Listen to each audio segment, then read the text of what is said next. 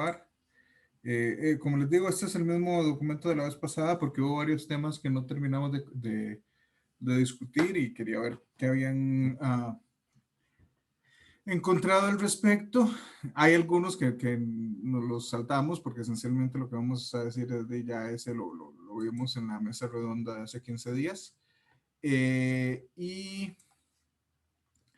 lo que sí quería ver antes de empezar con esto es si tienen alguna consulta con respecto a la reflexión didáctica que tienen que entregar de aquí al lunes. Bueno, los que no la hayan entregado todavía. Si no, hablen porque si no estoy viendo las manillas, entonces, si alguien No, profe. Bueno, yo no tengo dudas. No, yo tampoco. Que entonces, bueno, como saben, la idea es, dado que la semana pasada, la semana de desconexión, fue con la idea de brindar espacios eh, para el mejoramiento de la salud mental de estudiantes y funcionarios, eh, surgió la idea, creo que, o sea, si ustedes buscan en línea, ¿por qué los matemáticos, o sea, de hecho, déjenme buscarlo, eh, déjenme ver si rápidamente encuentro, creo que siguen viendo la presentación, pero... Sí, profe, estamos viendo la presentación. sí,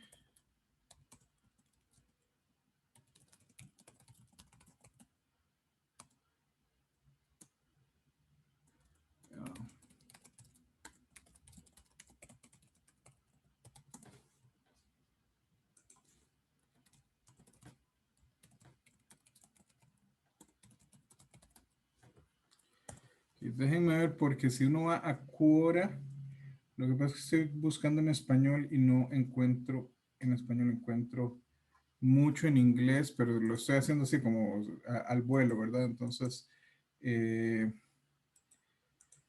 hagamos esto un poco más pequeño y no tan pequeño. Y déjenme ver si dejo de compartir acá.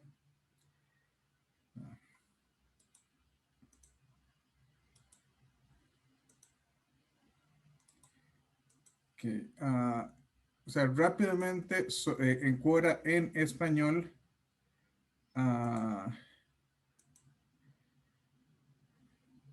Okay, veamos. Okay. Déjame compartir esto y más bien démosle compartir pantalla. Y entonces, por ejemplo, nosotros tenemos a cada rato esto, bueno, ¿cuáles genios se volvieron locos? Eso es, pero, bueno, esto es sobre Cantor. Dice, ¿puede el estudio intenso de matemáticas hacer que alguien llegue a estar clínicamente loco? ¿Por qué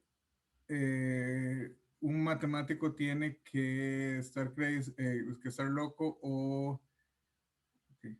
Why does a mathematician have to be crazy or have something wrong with him or her? ¿Por qué es que un matemático debe estar loco o tener algo malo consigo mismo? Lo cual me parece profundamente sesgado. De hecho, yo sí lo respondí cuando estaba buscando por qué muchos matemáticos se vuelven locos.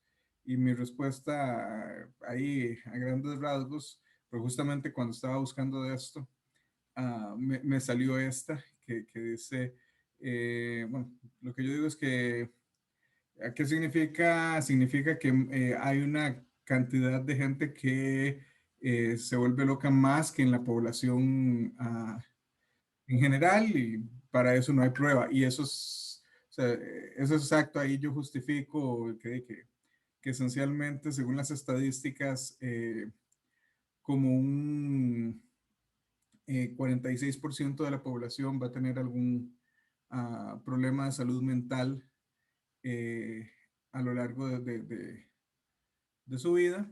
Y también que hay una cierta cantidad de la población que que tiene problemas crónicos. Cuando por crónicos no, me refiero a problemas que se presentan más de una vez en la vida, quizás son permanentes y la persona tiene que aprender a vivir con eso, o son problemas que se presentan de manera episódica, y eso es más o menos común en 7 personas, o una en 6 creo más bien, así como por ahí un 16%, 15%.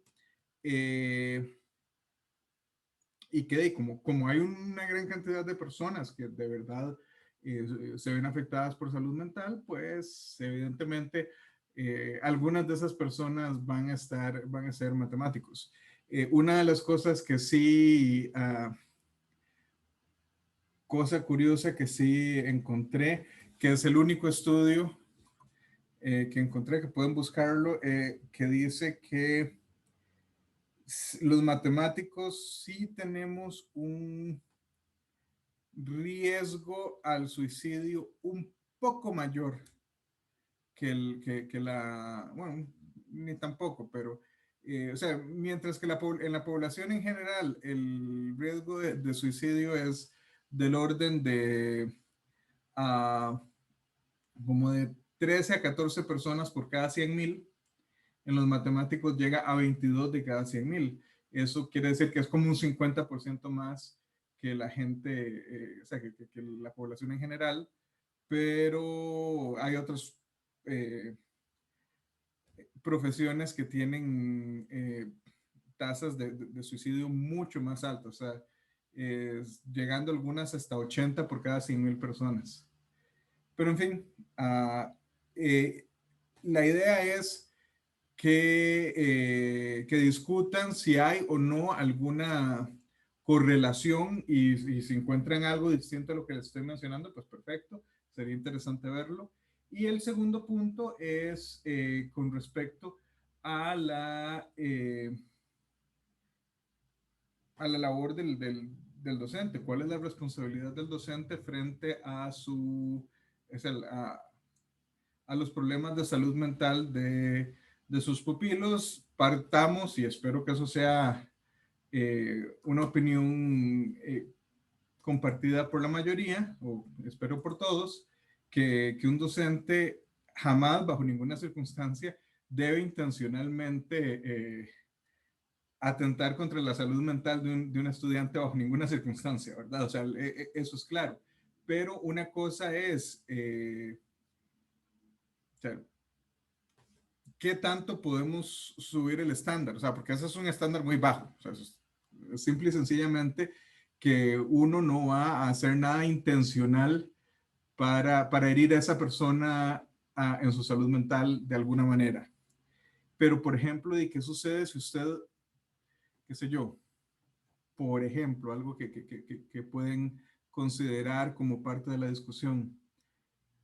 ¿Cuál es la obligación de un profesor, si, o sí, de cualquier docente, si se da cuenta que un estudiante tiene algún tipo de problema de salud mental en ese momento, que posiblemente se vea agraviado si esa persona pierde un curso, reprueba un semestre, eh, pierde la materia, lo que sea, pero la persona no cumple los requisitos uh, para pasar? Entonces, o sea, ahí es una discusión como ética de la profesión del docente, a qué se le debe más, es que no sé si la lealtad sea el término apropiado, pero a qué se le debe más a la idea de que el estudio, o sea, a la salud del estudiante, mental o físico, la que sea, o a la profesión, o sea, parte de la profesión es evaluar y dictaminar si el estudiante debe o no aprobar. Entonces, por ahí pueden discutir y sorpréndanme, o sea, mientras se mantengan dentro del tema general, sorpréndanme con los argumentos que pueden hacer y traten de fundamentarlos bien. Y bueno, no sé si ahora sigue. Profe, ¿Sí? bueno, con eso que está comentando, es que es como, es difícil, por lo mismo que usted dice de la ética, porque si el, hablando de que sea universidad, ¿verdad? Porque si hablamos de que es ese colegio, entran todo lo de los protocolos y todo lo que hay que poner ahí en práctica, dependiendo de la situación que se dé. Pero eso me pone a pensar, hace poquito vi una noticia que dieron de un profesor, creo que era en España, no sé si es en España o en dónde era, en qué país. El punto fue que le puso 10 a todos los estudiantes, porque dice, y sacó un libro, tiene un libro y todo el profesor, porque dice que la filosofía de él es que las personas entran sin saber lo que él va a explicar, o sea, la materia que él vaya a dar, ¿verdad? Entonces, que para él es más que satisfactorio ver que esa persona haya aprendido algo mínimo de todo lo que él enseñó. O sea, que para él esa persona ya tiene un 10 porque aprendió, aunque sea algo que, ya no que antes no sabía. Y el asunto de toda esta noticia es que lo demandaron y lo suspendieron. Está suspendido por años, son varios años, ni siquiera son meses, lo suspendieron por años, por aplicar esa filosofía. Entonces, con esa pregunta que usted está haciendo, de yo no sé, la verdad, tendría que meditarla mucho porque se habla de que la salud mental y que todo esto tiene que ser primordial, pero también todos hemos pasado por el mismo sistema, que es haga exámenes o haga trabajos y tiene que ponerle, porque si a esas vamos, cuántos llorando me eché yo cuando me quedé en los cursos. Yo decía, me quedé por menos de, o sea, por menos de menos de un punto me quedaba yo. O sea, yo una vez me quedé como con, uno pasa con 67.5, es bueno, 6.75, ¿verdad? Yo me quedé como, no sé, 6.73 tenía yo. Y de verdad es así, o sea, de verdad fue así. No, y yo tuve que ir a ampliación y la ampliación fue mortal y me quedé y no pasé. Y para mí eso fue un choque terrible. Entonces yo digo, puña, no sé, que esa pregunta suya, no sé, tengo que pensarla mucho. O sea, sí, no yo no, quería decir algo al respecto también, que digamos que yo, a Fabiola, digamos, en ese caso particular de ese curso, porque hemos estado en todos los cursos juntas, y no es porque Fabiola sea vaga o porque no estudia o así, Fabiola a veces estudia más que todo el mundo y le va peor, yo no sé por qué. Entonces yo creo que eso a uno le da cólera a uno mismo, digamos, porque qué estoy haciendo mal o qué está haciendo el resto que yo no estoy haciendo para que a ellos les vaya bien y a mí no, digamos. Entonces es un conflicto extraño, porque si yo fuera el profe y veo que Fabiola hace todas las varas y me manda todo y hace preguntas, etcétera, etcétera, yo, ok, sí, sí, todo bien, usted puso atención en el curso, etcétera, no lo he votado, pero también entra la parte de que, ok, entonces, ¿qué hago con los demás si me reclaman, verdad? De que la madre no pasó y yo le estoy pasando porque es muy tuanis, digamos. Entonces está ese conflicto ahí entre las dos cosas que yo como profe no sé resolver aún, digamos, porque tengo un chiquillo igual en el colegio que está igual, que es súper bueno en clase, pero en exámenes entra en pánico y le va mal. Entonces, no sé, aún yo estoy ahí como maquinando a ver qué hago con él, digamos, que es una situación muy similar a la de Fabi. Ahora, hay un punto que yo sí quisiese ahí como discernir. Hay una diferencia importante, me parece a mí, o sea, yo no soy profesional en psicología de ninguna manera, pero me parece a mí que hay una diferencia importante en experimentar una situación que le genera a uno angustia, desilusión o algo así, y experimentar una situación que lo lleva a uno ya a exacerbar un problema de salud mental. No estoy preguntando sobre específicos, pero me imagino que con todo y todo, o sea, yo sé, o sea, perder un curso no es nada agradable, eso es incluso podríamos decir que es una experiencia medianamente traumática. O sea, hay experiencias mucho más traumáticas que perder un curso, pero sí es una experiencia bastante desagradable. que uno espera que la gente o no pase por ellas o pase muy pocas veces por ellas durante su carrera. Pero depende de la persona, depende de la situación de la persona. Si es una persona que claramente demuestra resiliencia, demuestra eh, un, eh, un, no sé, como una buen dominio sobre sus propias emociones y parece no tener ningún problema, y eso es uno de los problemas más grandes con salud mental. Me imagino que nosotros, o sea, la salud mental no se ve, y cuando se ve ya es porque son problemas muy severos, ¿verdad? Entonces, uno a veces puede pensar que la persona que tiene enfrente está ahí firme como una pared y al rato por dentro se está derrumbando, pero um, sí, hay, eso es una diferencia importante, y la pregunta ahí sería, bueno, ¿qué sucede si usted, a mí me pasó, hubo un estudiante que, o sea, que yo no consideraba, el estudiante había hecho tampoco, que yo no consideraba apropiado pasarlo, y yo sabía que el estudiante, porque esa persona me lo había comentado, que experimentaba, o sea, que sufría de un problema de salud mental crónico, o sea, que no era de esos que está 100% presente todo el tiempo, pero que de tanto en tanto se presenta y causa problemas. Y en mi caso, yo hablé con esta persona, pero sí, o sea, la persona no pasó porque no merecía pasar. Ahora, hay una cosa con respecto a eso, y ahí yo, eh, digamos que admito a veces usar el criterio y esa discrecionalidad que a veces uno como docente tiene, que yo trabajé por casi 12 años en Estados Unidos, y el sistema para poner notas es distinto. Eh, Usualmente todo el mundo tiene esto de puntajes de 0 a 100, o sea, porcentajes, y el asunto es que la nota final es A, B, C, D o F.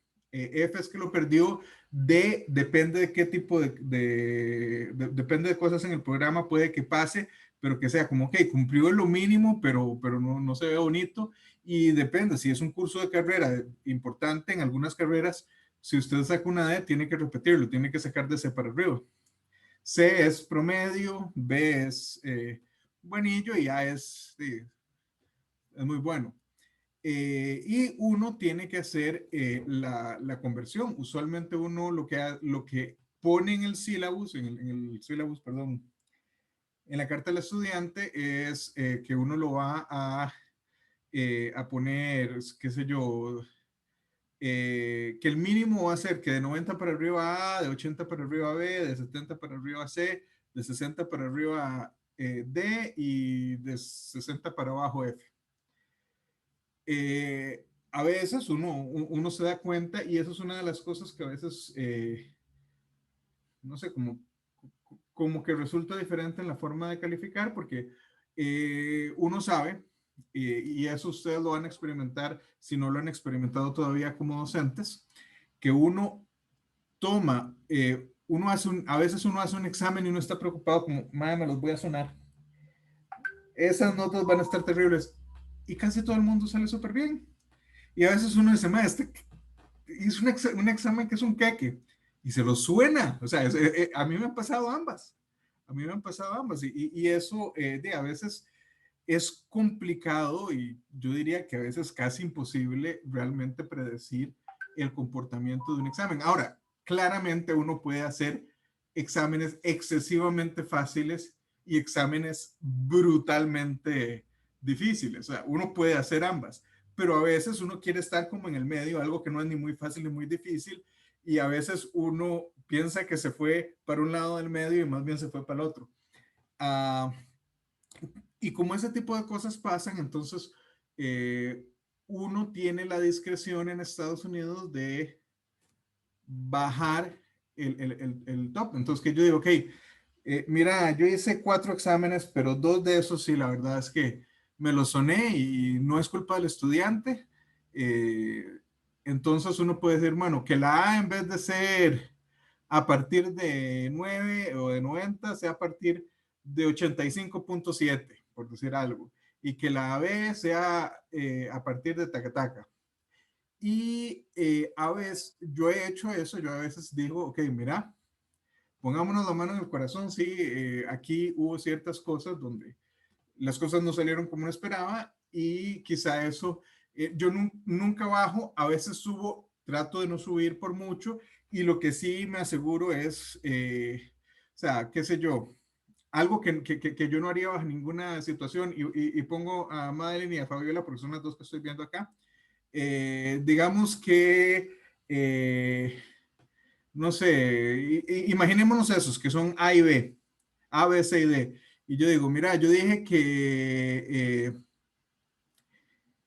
que B era a partir de 8 y Madeline, a partir de 80 y Madeline tiene 78.3 y Fabiola 78.1, pero a mí Fabiola me cae bien y Madeline no, entonces le pongo la B a Fabiola y a Madeline no, a pesar de que Madeline estaba así. Eso a mí sí me parece que no es justo.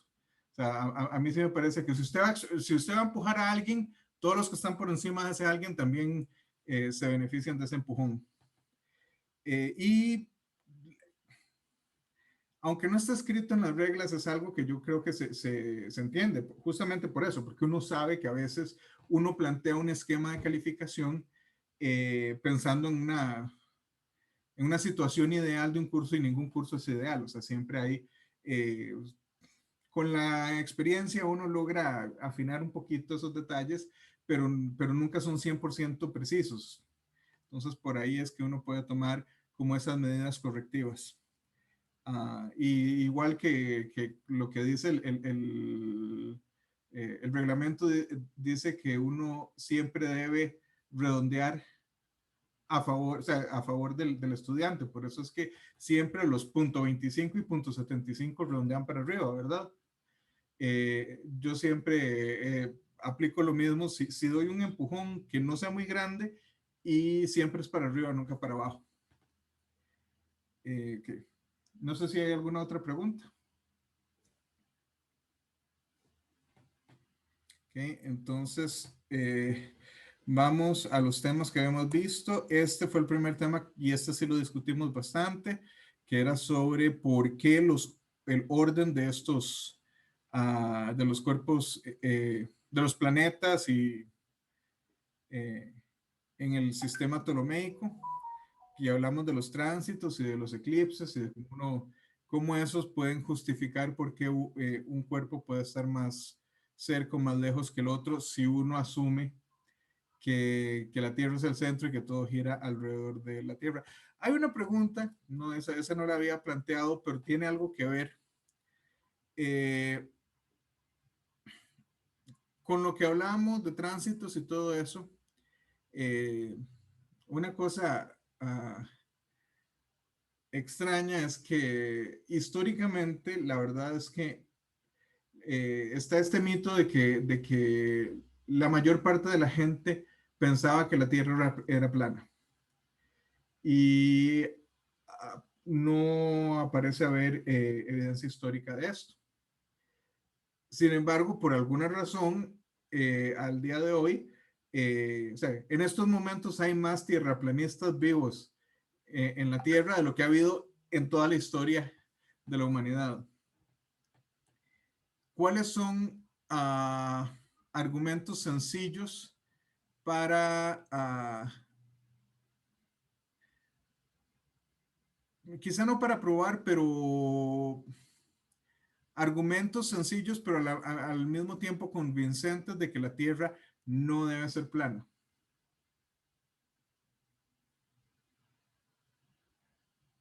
¿A alguien se le ocurre alguno? De que mientras aquí es de día, tal vez en otro lado es de noche, tal vez. Si fuera plana, estaríamos igual todos, ¿no? No sé. Estoy Eh, pateando. que veamos. Hay un ejercicio, bueno, no un ejercicio, un video de Cosmos, del viejo, de Carl Sagan, en donde él pone las dos torres y dobla como el papelillo. Entonces, sí, eso es como una prueba. El maestro lo dice en 2 minutos de que la prueba no, de que la Tierra no es plana por eso.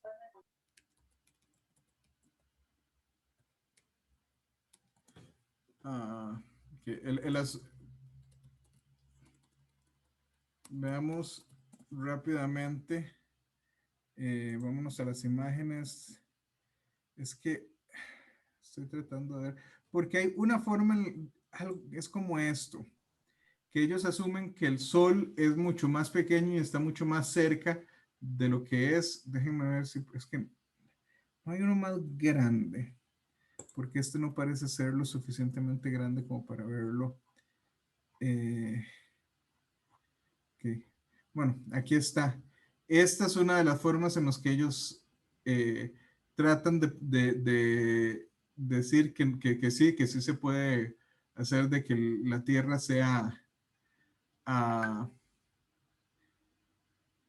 plana y aún así tener diferentes zonas horarias. Y que Como si el sol fuera un foco. esencialmente, y ese foco alumbra solo una cierta parte del cielo. Pero, ok. Si este modelo fuese cierto, ¿qué problemas tendríamos? ¿Qué cosa que observamos con frecuencia posiblemente no pasaría en un modelo así?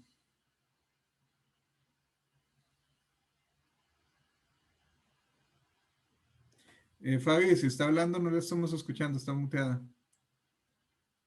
No, estoy pensando, es que cuando empiezo a pensar hablo aquí, pero no. Sí, por ejemplo, los polos no existirían. No, o sea, si fuera así. Bueno, no sé exactamente cómo discuten eso ellos. Puede ser la cuestión de los polos, por lo menos el polo norte, porque con este modelo, recibiría mucho más luz.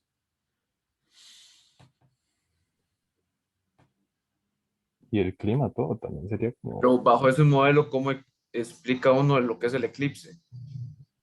Ok, yo no iba precisamente por el eclipse, pero sí tenía que ver con la luna. Sí, no sé cómo explicaría uno un eclipse en este modelo, pero más que el eclipse, porque los eclipses no son, o sea, sí son comunes, pero al mismo tiempo es posible que una persona viva toda su vida sin jamás haber visto incluso un eclipse parcial. Las fases de la luna también. Eso es lo que yo estoy preguntándome. Bajo este modelo yo no tengo idea cómo justificar las fases de la luna. Bueno, ese fue interesante. El siguiente, ese sí lo habíamos hablado sobre la razón áurea y eso del cálculo de Eratóstenes sí lo habíamos hablado, también lo del área del círculo. ¿Alguien investigó un poco más sobre el contador de arena? Y sobre cómo introducía los logaritmos Arquímedes en el contador de arena. Yo lo que encontré nada más fue como que esto que usted está diciendo, como que él los introdujo, pero no dijo cómo o en qué sentido, nada más como que decía un blog ahí por ahí que me encontré que decía como, bueno, y ahí se puede ver que Arquímedes introdujo esta, pero no dijo cómo, digamos, nada más eso era lo que yo me encontré en hubiera un blog ahí, tipo Rincón del Vago, y esa manera, algo como así que nada más lo mencionaban, digamos. Bueno, ¿y alguien más? Yo lo que encontré en el Merzbach es que hablaba que él trabajaba en bases de 10. Entonces, y para más bien hacer como introduciendo logaritmos, pero nada más. No, sí, o sea, Arquímedes, entre otras cosas, utilizaba, o sea, él estaba hablando, se llama el contador de arena porque él lo que está haciendo ahí es diciendo cuántos granos de arena se necesitan para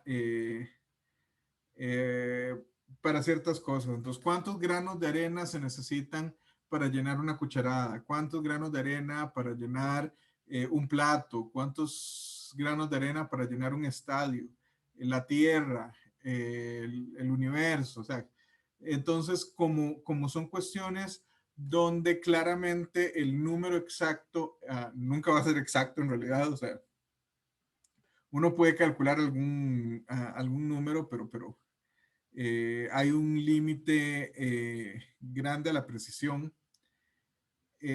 Lo que importa es más que todo las cuestiones de órdenes de magnitud. O sea, por ejemplo, una cuchara o una cucharadita usualmente son 5 mililitros. Y no sé, el envase que le dan a uno en el chino suelen ser de 800 mililitros. Entonces, el tarro del chino va a tener, en realidad ahí serían 160, pero digamos, 2 órdenes de magnitud más que la cucharada. Alrededor de 100, ciento y pico, pero en ese orden de magnitud, entonces estamos hablando 2 órdenes de magnitud de diferencia si uno está hablando en base 10.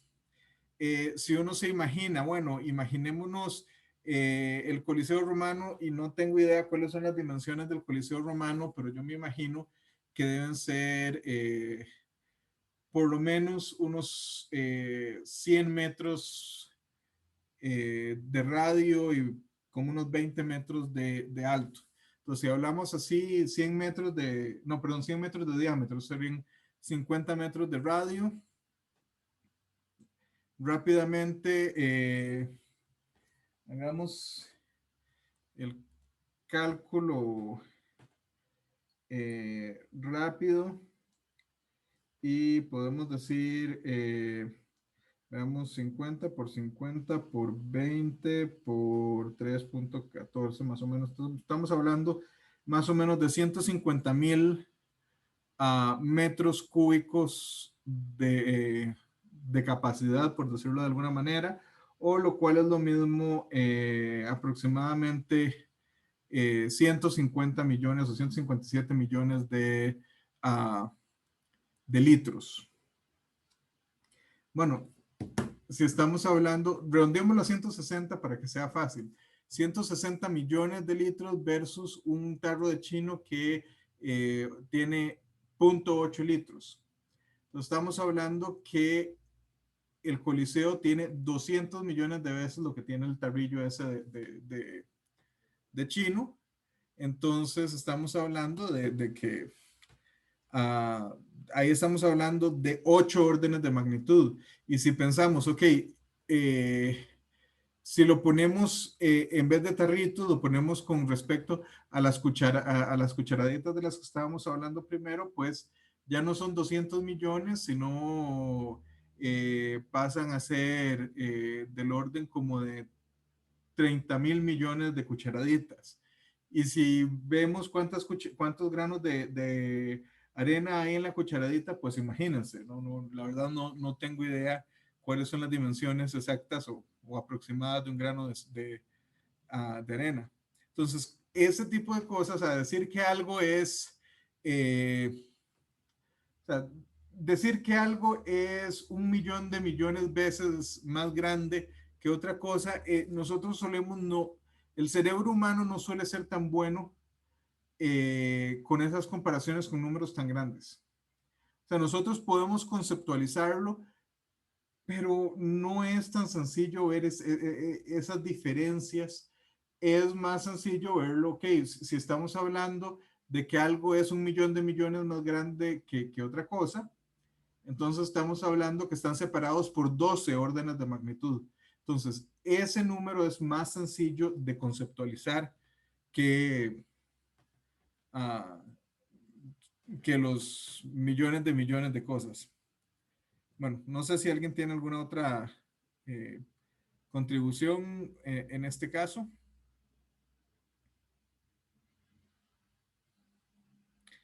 Bueno, encontraron otras personas. Profe, Ajá, es que se me pega mucho por los videos y todo. Es que yo tengo aquí algo, o tenía algo de la vez pasada, ajá. que dice que creo que es de esto mismo, que uno de los experimentos que hizo fue tomar el tamaño finito de la pupila del ojo, Arquímedes, pero, o sea, ¿cómo?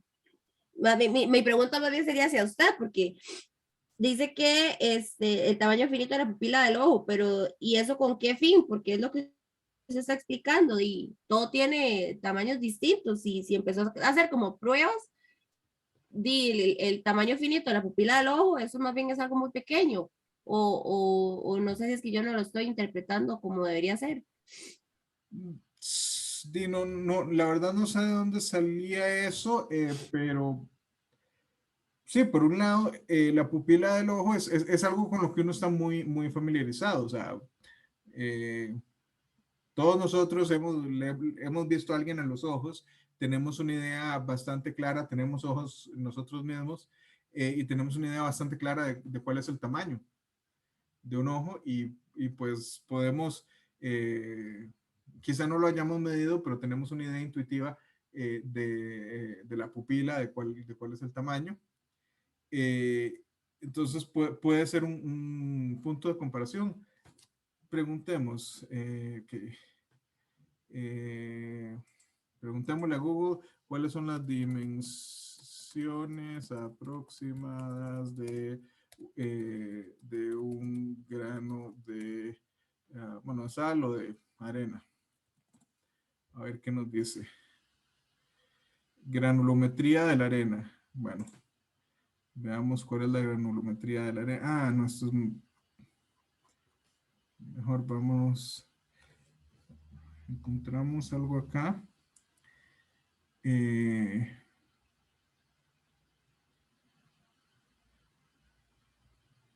no sé en qué escala está dado eso. Eh, Tamaño de la arena. No, pero esto es un doc. Y los doc a mí no me abren bien por estar en Linux.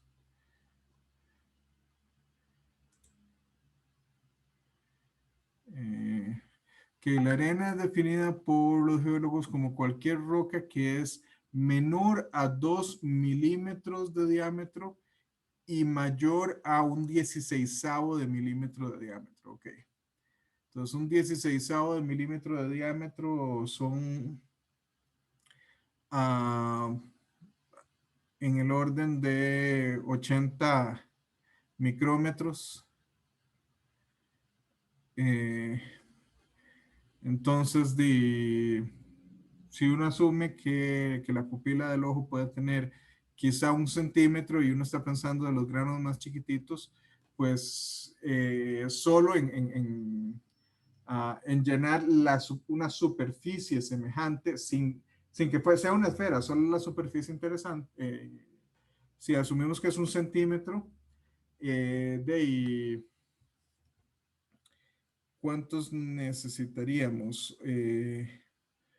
80 nanómetros, perdón, micrómetros, 80 micrómetros, 16, necesitaríamos más o menos como 200 granitos en filas, o sea, son como 40, como 20,000 granitos de arena solo para llenar una capa de eso, asumiendo que es la arena más chiquitita.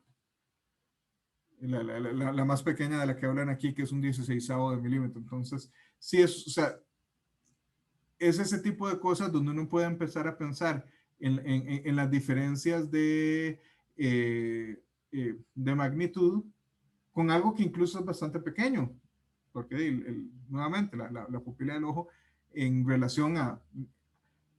Nosotros tendemos a pensar en el tamaño de las cosas relativo a nuestro tamaño corporal y el tamaño de la pupila es muy pequeño comparado con el tamaño corporal, pero aún así es muy grande comparado con un grano de arena.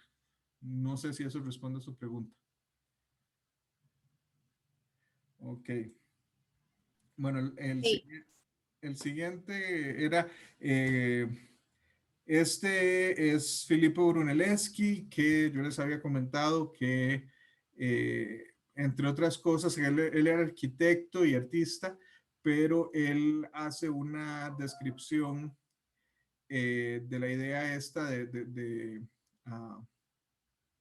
perspectiva cuando uno dibuja o diseña. Y eh, evidentemente, el no ser matemático no estaba expresado exactamente en un lenguaje matemático, pero es una descripción bastante matemática del efecto que está observando, y eso se convierte en las bases posteriormente de la geometría proyectiva. Hay otras personas que hayan eh, contribuido de alguna manera en matemática sin ser matemáticos de profesión. El caso Profe, de... Ajá. ahí estábamos debatiendo nosotros, porque teníamos dudas o más bien nos cuestionamos si para ser matemático bastaba con hacer una mínima cosa, porque también muchas, o sea, en ese entonces decía, es matemático, es esto y es lo otro, pero porque hizo algo muy mínimo. Entonces, dice, a eso vamos, yo encontré acá eh, varias cosas, digamos, encontré una mujer que se llama, no sé cómo se pronuncia, solo sé que dice Florence, y el apellido, no sé, dice Nightingale o Florence Nightingale, no sé. Nightingale. Esa, que dice que era enfermera y que era escritora, pero que se fue mucho por la parte de la estadística, que nosotros habíamos hablado, o por lo menos usted decía que la estadística no la viéramos como tan a la parte de la matemática, o que usted no lo compartía tanto por ese lado. Pero dice que hizo muchas cosas en la parte de estadística y por ese lado estaba ella. Después encontré una que se llama Ada Augusta Byron, supongo que se dice igual, no sé, y que era una marquesa de, igual, no sé cómo se pronuncia esto, escribe Lovelace. Eso fue en 1815 y 1852. Entonces, era una marquesa de ese lugar y hizo aportes matemáticos. Aquí tengo todo esto abierto, entonces puedo como leerle la parte que decía, porque ella fue más que todo a la parte matemática, pero la parte informática. Entonces, de hecho, dice que ella fue la que sugirió el cambio del sistema decimal al binario en la parte de informática y todo eso. Entonces, la verdad, dice, si hablamos de mate, me parece como interesante. Encontré también uno que se llama Eudoxo, que dice que se dedicó la mayor parte de su vida, o sea, que era filósofo, pero que se dedicó la mayor parte de su vida a la medicina y que fue el primero en el uso racional, así venía entre comillas, del infinito en matemáticas. Y por ahí encontré otro que se llama Christian, no sé, Huygens o Huygens, algo así, que dice que era un astrónomo, pero que en la parte de matemática y, bueno, estadística y probabilidad, fue el que se dedicó mucho a la parte de los juegos de azar y probabilidad como tal. Entonces, eso es lo que tengo yo. Ok, algunos. Florence Nightingale, sí, es un, es un personaje histórico bastante relevante.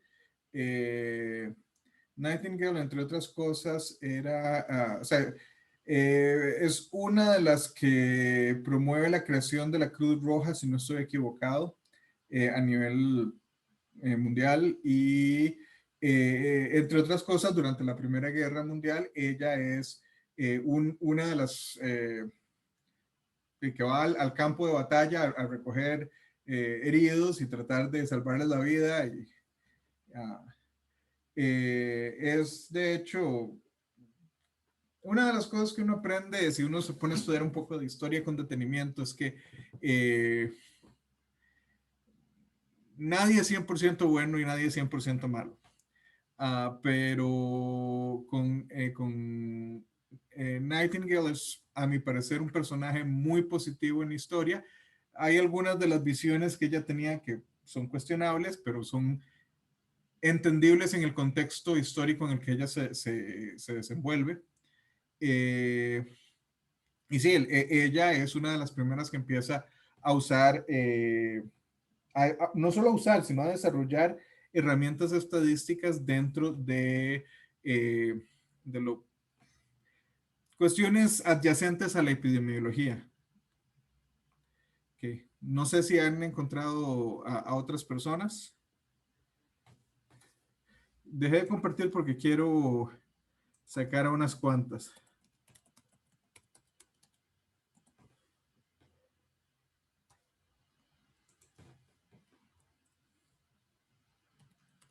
¿Nadie? No, yo iba a decir que yo tenía dos de los que Fabiola mencionó, pero que de hecho el debate o lo que teníamos ahí entre nosotros era que, digamos, es que antes, por ejemplo, Arquímedes, no sé, que el MAE era físico y era astrónomo y era matemático y era todo eso, pero digamos, es porque se considera matemático y se le considera físico, eso por algún aporte que hizo. Entonces no sabíamos muy bien si alguien que hizo algo en matemáticas se considera un matemático. Entonces, eso fue como lo que nosotros estábamos hablando, de que no sabemos cómo filtrar la información que nos salía, digamos, ¿verdad? En esas cosas. Entonces, eso es básicamente lo que estábamos hablando nosotros. Okay. ¿Cómo filtrar el... o sea, ¿cómo decir quién es un matemático y quién no? En este contexto, lo que yo hubiese dicho es que consideramos a alguien un matemático si se dedicaba a matemáticos. O sea, esa era esencialmente su profesión. Bajo esas circunstancias, yo de hecho a veces me pregunto si uno determinaría bajo esa definición que es muy restrictiva, si uno diría que Fermat, por ejemplo, es un matemático, que yo creo que claramente muchos de nosotros diríamos, pero él no cumple eso. O sea, su labor principal era en leyes. Él fue, creo que empezó al servicio en consiglieri y después esencialmente se convirtió en un concejal, digamos algo así como un diputado para nosotros. Y esa era su profesión inicial. Entonces, quizá en este caso, Fermat no lo consideraríamos un matemático bajo esta situación. En este caso, yo les voy a traer a dos personas que a mí me parecen sorprendentes y hasta donde sé, ambos están vivos. Uno es que uno es bien viejo, entonces siempre verifico porque ya estando en sus 90s, ya yo creo que la mayoría de nosotros coincide que posiblemente no le queden 50 años de vida, sino pocos. Uno de ellos es Noam Chomsky. Noam Chomsky, si ustedes ven lo que dice es un lingüista, filósofo, científico cognitivo, historiador, crítico social y activista político.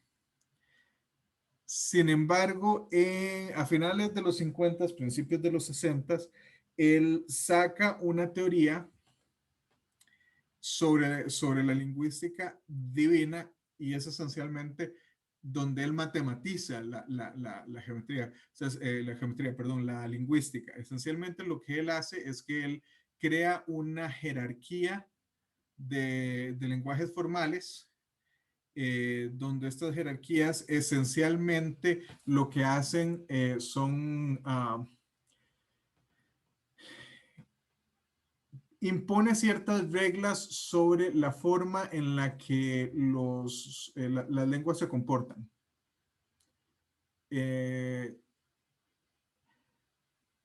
Por ejemplo, o sea, ¿a qué me refiero con esto? Una de las cosas que uno puede decir en español es gramatical decir el perro, no sé, el perro negro. Pero no es gramatical decir perro negro él. O sea, el artículo no está mal acomodado. ese es un estilo de regla. Eso es un tipo de regla. Entonces, dentro de su jerarquía, lenguajes formales que pueden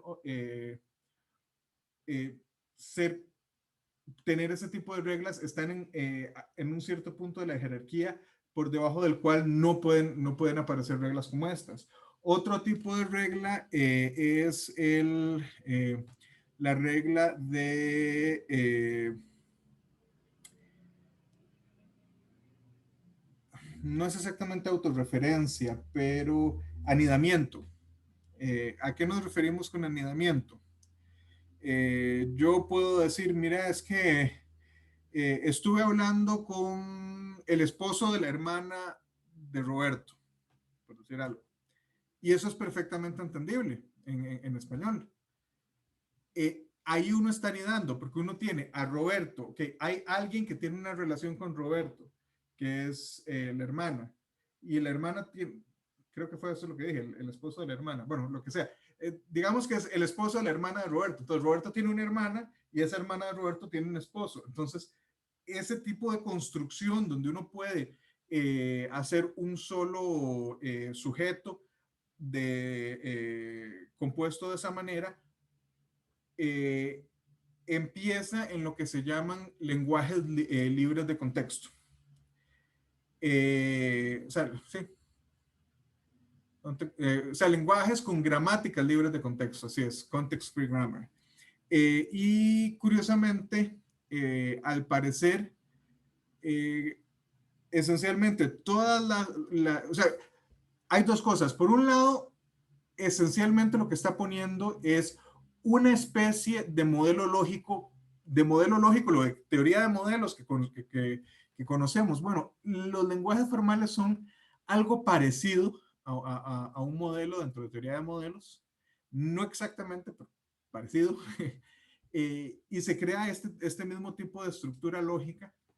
Y por otro lado, resulta curioso porque hasta donde hemos podido ver, el modelo de gramática libre de contexto, en el mundo se conocen, nadie ha logrado sacar una cuenta exacta porque depende de dónde ponga los límites uno entre qué es una lengua y qué es bueno, los lingüistas no les gusta que uno use la palabra dialecto, pero cuál es una variedad de esa lengua. O sea, por ejemplo, el español que hablamos en Costa Rica y el español que se habla en Chile, ¿son la misma lengua o no?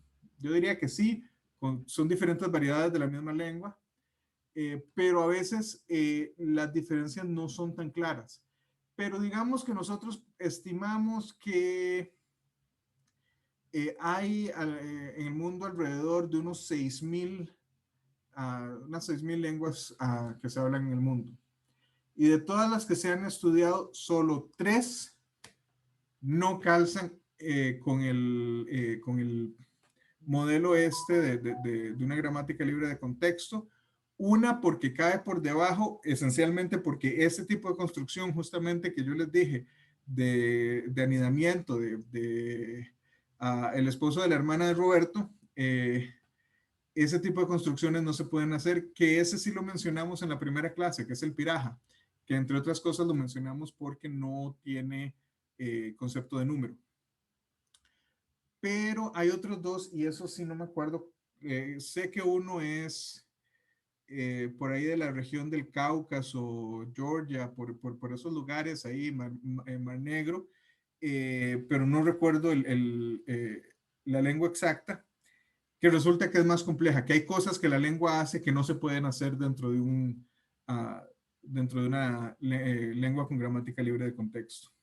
Y hay otro, podrían buscarlo, pero curiosamente es profundamente matemático el modelo y a partir de ahí, o sea, hay cosas que se hacen en ciencias de la computación y ciencias de computación, la parte teórica es esencialmente matemática de un cierto tipo, que es basado en los trabajos de Chomsky.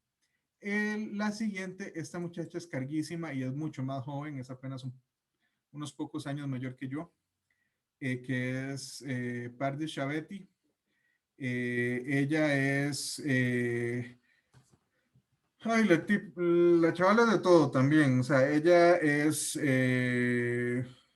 bióloga genetista, tiene, o sea, ella es doctor, no solo es doctor en genética, sino también es doctor en medicina. La chavala ha hecho y deshecho y vuelto a hacer, entre otras cosas, con el ébola. Ella fue una de las que creo que el laboratorio de ella fue el primer laboratorio que hizo una secuencia completa de la variedad de ébola de la última epidemia que hubo. Creo que fue por Costa de Marfil y por esos lados de África. El laboratorio de ella también estaba trabajando con COVID. Lo que pasa es que la diferencia es que de COVID, esencialmente todo el mundo está trabajando en COVID en estos momentos, ¿verdad? De una manera u otra, cualquier persona que haga cualquier cosa relacionada con conciencias de la salud. Pero resulta que hace, ¿qué fue eso? Como 98, 99, por ahí. Eh, Ella era en aquel tiempo de 23, 24 años, es decir, yo creo que de una edad parecida a la que la mayor parte de ustedes tiene, menor que algunos. La chavala estaba teniendo ciertos problemas para un problema que se llama alineado múltiple de secuencias. Y ella creó una serie de algoritmos que al día de hoy, hasta donde entiendo, siguen siendo el estado del arte. Una chavala que lo que estaba era, o sea, sí, ella era genetista, entonces sí entendía de genética, pero entender de genética no quiere decir que entendas de algoritmos, de combinatoria, incluso basándonos un poco en lenguajes formales, lo que habíamos hablado de Noam Chomsky, porque a veces se hacen este tipo de comparaciones entre lenguas habladas y el lenguaje, usando un poco la, eh, el concepto en el que se expresa la genética. Y la chavala encuentra unos algoritmos, pero sí, divinos. Y de hecho, ella es actualmente la directora del laboratorio, del laboratorio Chavetti en la Universidad de Harvard. Y se llama el laboratorio Chavetti, para adivinen por qué, por parte de Chavetti. Entonces, sí, esta chavala es así como muy, muy carga en ese sentido. Y nuevamente no es matemática. Usted ve y nunca estudió algo que estuviese directamente ligado con matemática. O sea, ella tiene varias carreras, pero ninguna ni física, ni mate, ni ciencias de la computación, a pesar de que ella es descrita, como ven aquí, como una bióloga computacional. Pero en fin, bueno, ahí estábamos hablando de ellos. No sé si alguien más tiene algún otro, alguien más que quiera mencionar.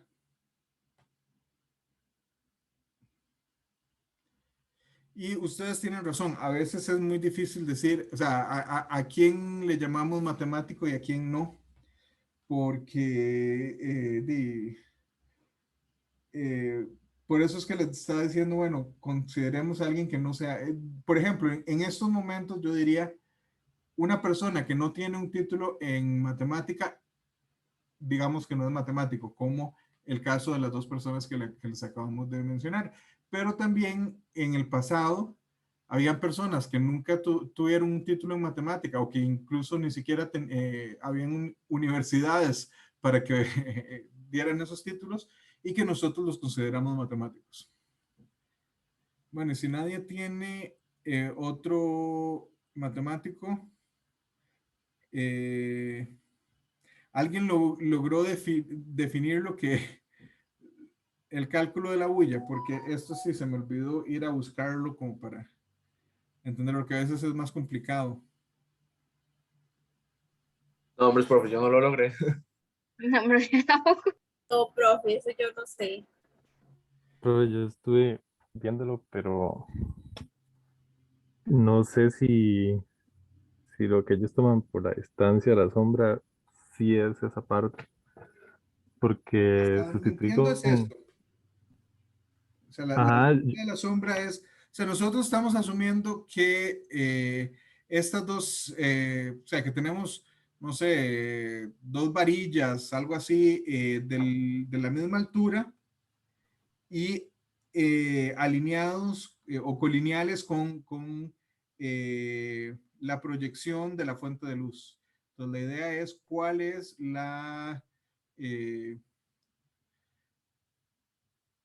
cuál es, si asumimos que esto es plano, que estos puntos están alineados y tenemos esta altura, las longitudes de las dos sombras y la longitud uh, de la distancia entre las sombras, cuál es la altura a la que está la luz. Dicho sea de paso, eso se usa por siglos en cartografía y, ay Dios mío, tengo el nombre en inglés y se me va en español, surveyor, los que, y lo peor es que mi abuelo hacía eso en los 40s. Los que llegan y miden terrenos y dicen de dónde a dónde va un terreno según ciertas coordenadas. Topógrafos. Los topógrafo. topógrafos, sí. Topógrafo, se me fue la... Y lo peor es que mi abuelo era topógrafo y se me fue uh, se me fue el nombre de la profesión. O sea, este tipo de fórmulas, no necesariamente exactamente la misma fórmula que dieron ellos, pero este tipo de fórmulas se usan mucho en cartografía y no solo con estimados como este, donde estamos asumiendo que el terreno es plano, sino, por ejemplo, una de las cosas que uno sabe es que los terrenos están a diferentes alturas. O sea, el otro día, como habíamos solo como 3 personas, Fabiola y yo estábamos hablando porque ella vive relativamente cerca de donde vivo yo, pero la casa de ella está más o menos como a 1500 metros sobre el nivel del mar y la mía está a 1850. Yo estoy más arriba en la montaña. Entonces, ese tipo de diferencias, ese tipo de mediciones se hacen con sistemas así, sistemas que uno a veces se pone a ver y se da cuenta la cantidad de cálculos que esa gente tenía que hacer, porque como les digo, o sea, mi abuelo, finales de los 40, 50, por ahí, mi abuelo era de 1921 y cuando, cuando él empezó trabajando profesionalmente era topógrafo y en ese momento lo más avanzado que tenían para hacer los cálculos eran las reglas de cálculo aquellas que habíamos visto que están basadas en ideas del tiempo o sea, siglo XVII. O sea, eso era lo más avanzado que había, que uno podía llevar al campo hasta, no sé, como los 70s, incluso 60, 70, las calculadoras científicas o incluso las cuentapollos que uno tenía no eran tan baratas. Entonces que nosotros estamos acostumbrados que o sea, primero ahora todos tenemos un teléfono y en el teléfono uno tiene simplemente una aplicación que hace eso. Cuando yo estaba creciendo, o sea, cuando yo entré a séptimo, hubo que comprar una calculadora científica, no graficadora, sino la científica de esas Casio comunes y silvestres, que costó como, veamos, costó como 5,000 pesos y en aquel tiempo el dólar estaba como a 150, entonces estamos hablando que eran como $35, o sea, como 15, 20 mil pesos de ahora.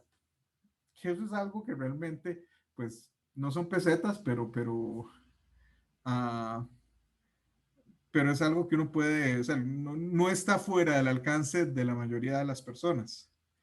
Pero eso es simplemente porque después durante y después de la Segunda Guerra Mundial, el avance de las cuestiones en computación ha avanzado tanto que la tecnología se vuelve muy barata y ahora más bien la capacidad computacional que nosotros llevamos en el bolsillo es millones de veces más grande que la capacidad computacional de la NASA cuando mandaron los primeros cohetes al espacio. O sea, es ese tipo de situaciones. Este sí lo habíamos discutido por completo. Alguien encontró, porque creo que... Profe, ¿Sí? disculpe, con respecto a la bulla, Ujú. lo que decía era que yo estuve como metiendo números así, como haciendo como cálculos, y ninguno de ellos me daba con las proporciones de ahí, pero sí me daba con la sombra uno. O sea, en lugar de utilizar la distancia de la sombra, todas me servían, pero con la sombra uno. Y metí bastantes valores como para ver si realmente lo estaba cumpliendo y todos los valores con los que lo metí sí funcionaban, pero con respecto a la sombra uno. ¿Tiene algo que pueda proyectar como para ver qué fue lo que hizo? O, Ah,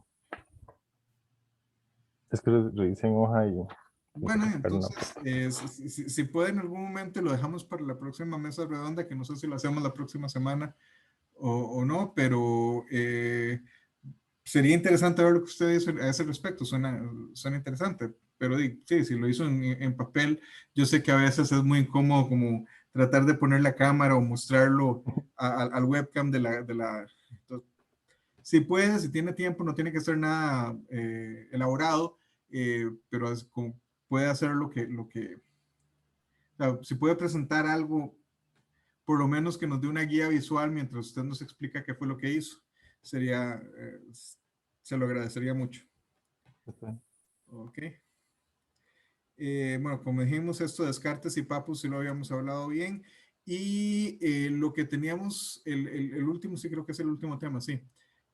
Sobre la recta real, quién fue la primera persona, y yo les dije, en algunos casos van a encontrar que fue Weierstrass, o incluso hablan de Peano y de Dedekind, pero evidentemente la idea es, o sea, puede ser que ellos fueron de los primeros en usarlo formalmente, pero la idea claramente está ahí, al menos desde Descartes. La pregunta es, ¿fue Descartes o hubo alguien antes de Descartes que usó algo parecido a poner los números reales, representarlos como una recta? Y yo la semana pasada había dicho Napier, en todos los sostengo. Ok, Neper, ¿y de dónde sacó la información? Del libro del Merzbach, que venía que él había trabajado, creo que era el Merzbach, si no el Burton, que él había trabajado para rellenar los huecos de la recta real, como él trabajó mucho lo que fueron los logaritmos, entonces para rellenar esos huecos fue lo que trabajó. Mm, bueno, podríamos... Creo que encontré como más evidente fue a Dedekind en un o libro sea, que encontré. el asunto es que Dedekind, sí, Dedekind, el asunto de Dedekind es que Dedekind hace una construcción muy completa de los números reales, que de hecho, ahí debo reconocerles que no sé cuándo lo ven ustedes. Yo sé que si las cosas van bien en mate, se hace al final de 150, que es una construcción bastante completa y es muy, muy linda. Eso es una construcción matemática muy linda, pero Dedekind es de finales del siglo XIX. Descartes es del siglo XVI, me parece. Uh, y Descartes usa la idea, no la formaliza, pero usa la idea, porque ¿qué es la geometría cartesiana? Usted tiene un eje X, un eje Y, y cada punto lo identifica con sus proyecciones a cada uno de los ejes. Entonces, ¿qué es lo que está haciendo? La proyección es un punto, no un número, pero él está asociando ese punto en el eje con un número real. Entonces, esencialmente en el plano lo que hace es que cada punto lo relaciona con dos números. Entonces, él está usando el concepto de recta real. Lo que sucede es que ese concepto no lo tiene formalizado, pero sí lo está usando. Voy a buscar lo que dijo Lucho de Nepper en el Mersbach, y pero no lo recuerdo, pero puede ser simplemente de que no lo esté recordando, y si esté ahí perfectamente, entonces eso lo reviso. Y si no sé si alguien ha encontrado, porque